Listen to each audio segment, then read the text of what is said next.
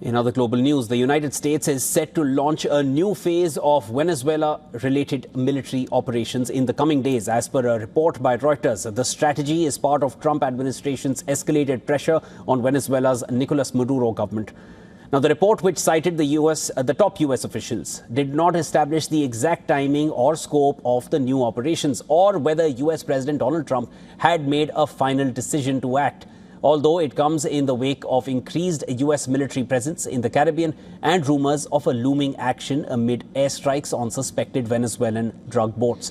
The intensifying pressure on Venezuela is also now visible in its airspace, with at least 6 international airlines suspending flights to and from Venezuela. The step was taken after US aviation authorities warned about security risks associated with heightened US military activity in the region. The president of the Venezuelan Airlines Association said that the airliners, including Spain's Iberia, Portugal's TAP Air, Chile's LATAM, Colombia's Avianca, Brazil's GOL, and Trinidad and Tobago's Caribbean Airlines, they suspended their flights to the country. However, she did not specify how long the flight suspensions would last.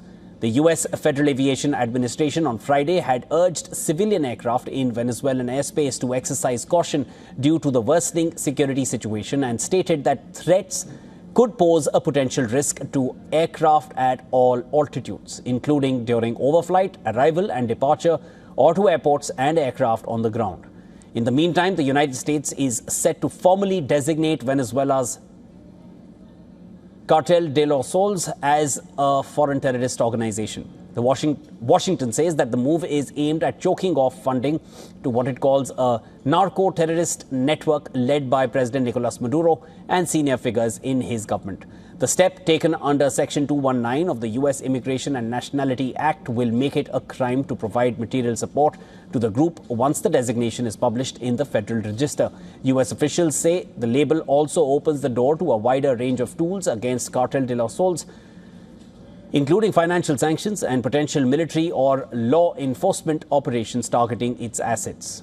On the 16th of November, the State Department had released a statement saying that the group had corrupted Venezuela's military, intelligence, legislature and judiciary, and is responsible alongside gangs such as the Tren de Aragua and Mexico Sinaloa cartel for drug trafficking and violence across the region.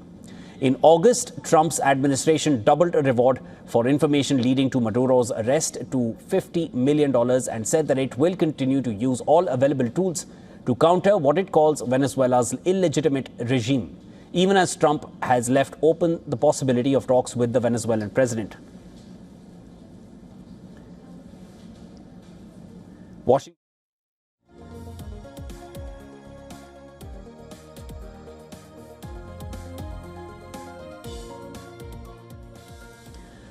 Washington has long accused Maduro of heading the cartel and using state structures to move cocaine into the United States and Europe. The claim has been rejected. The Venezuelan president, who denies any role in drug trafficking. Maduro, on the other hand, has repeatedly accused the United States of using anti-narcotics operations as a pretext to try to force him from power.